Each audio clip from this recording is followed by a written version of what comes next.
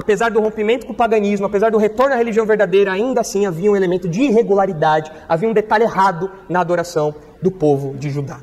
E o que nós aprendemos com isso? Conforme nós lemos a história de Joás, nós veremos que em determinado momento, depois da morte de Joiada, algumas pessoas de Judá vão chegar para Joás e falar: Joás, vamos começar a adorar outros deuses? E o Joás vai falar: bora, vamos, pode adorar aí, levanta os altares idólatras, não tem problema. A gente aprende com isso que, mesmo com grandes reformas, grandes mudanças, grandes recompromissos, grandes consagrações, se você deixa uma frestinha da porta aberta, lá na frente, isso vai te dar muito problema e muita dor de cabeça. É extremamente perigoso você promover grandes reformas na sua vida, mas você fazer pequenas concessões e deixar aquilo ali. É extremamente perigoso você sair de um ambiente contaminado, impuro, idólatra, sujo, mas deixar uma frestinha da porta aberta. Mas não é só uma frestinha, não passa nenhuma mosca por ali. Com certeza passa o mosquito do Aedes aegypti. Com certeza. E nós no Brasil estamos experimentando bem isso. Um mosquitinho pequenininho causa uma grande tragédia. E aqui a gente vê isso, apesar da grande reforma que Joás e Joiada fizeram, essa pequena concessão fez com que lá na frente isso contribuísse para o retorno da idolatria em Judá. Essa pequena frestinha da porta. E nós, como crentes hoje do século XXI, quando nós negligenciamos detalhes da nossa vida cristã, detalhes pequenos da nossa vida cristã, pecados pequenos da nossa vida cristã, nós deixamos como que uma portinha, uma frestinha da porta aberta. E isso geralmente nos leva a pecados maiores depois. É uma frestinha, é um espacinho, é uma coisinha que eu não corrijo, é um probleminha que eu deixo passar, eu faço vista grossa, eu ignoro, eu falo, não é tão grave assim, não vai ter tanto problema. E essa frestinha da porta, lá na frente, desemboca em pecados maiores. Alguns exemplos. Uma amizade ruim, que você não corta, seja essa amizade física, pessoas que você convive, ou mesmo uma amizade virtual, uma pessoa que você segue nas suas redes sociais, e que eventualmente posta algumas coisas estranhas, posta algumas coisas sujas, posta foto com roupas indecentes, e você fala, não, tudo bem, eu estou comprometido com a minha santidade, mas é só uma pessoa nas redes sociais, isso não tem grande influência na minha vida. Tem sim, é uma frestinha que deixa ali.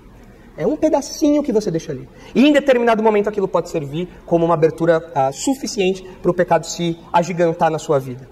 Um hábito ruim que você nutre ao invés de abandonar.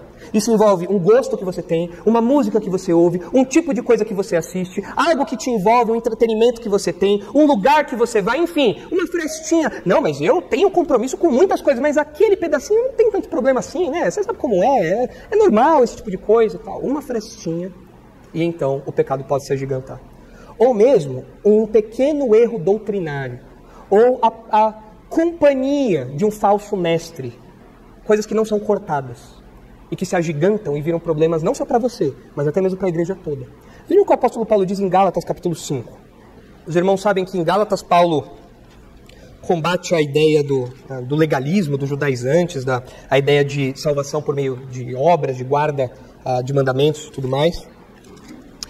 E no capítulo 5, versículo 4, ele diz assim, Gálatas 5,4. De Cristo vos desligastes, vós que procurais justificar-vos na lei, da graça decaístes. Muitos pensam que esse texto fala sobre perda de salvação, e não tem nada a ver.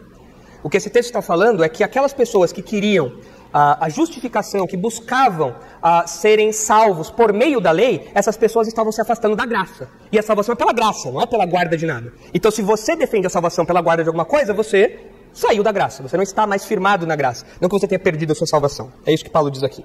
Porque nós, pelo Espírito, aguardamos a esperança da justiça que provém da fé.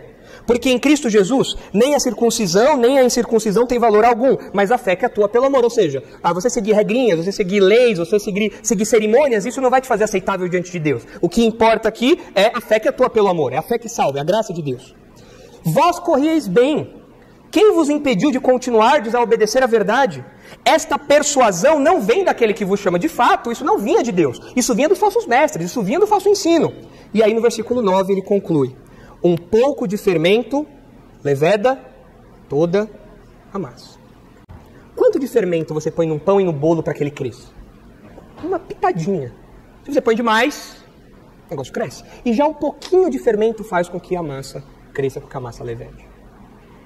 O que Paulo diz aqui é que aquele pequeno ensino, que talvez parecesse inofensivo para aqueles crentes, estava estragando a vida espiritual deles. Quando Paulo diz aqui um pouco de fermento leveda toda massa, isso provavelmente era um ditado comum da época, algo conhecido da época. E a palavra que é traduzida aqui por um pouco é a palavra mikros.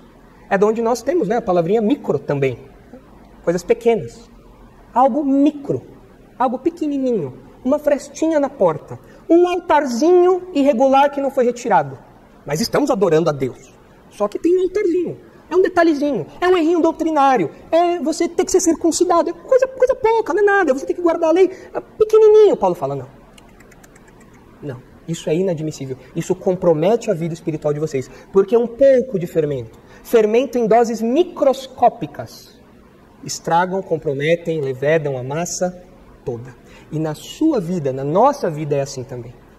Pecados microscópicos que você negligencia, ignora, que você não dá atenção, que você deixa lá, eles crescem, se espalham, passam pela fresta da porta e comprometem toda a sua vida espiritual. E foi isso que aconteceu também com Joás e com Judá como um todo. Eles não se atentaram à importância dessa reforma completa e deixaram os altarizinhos lá.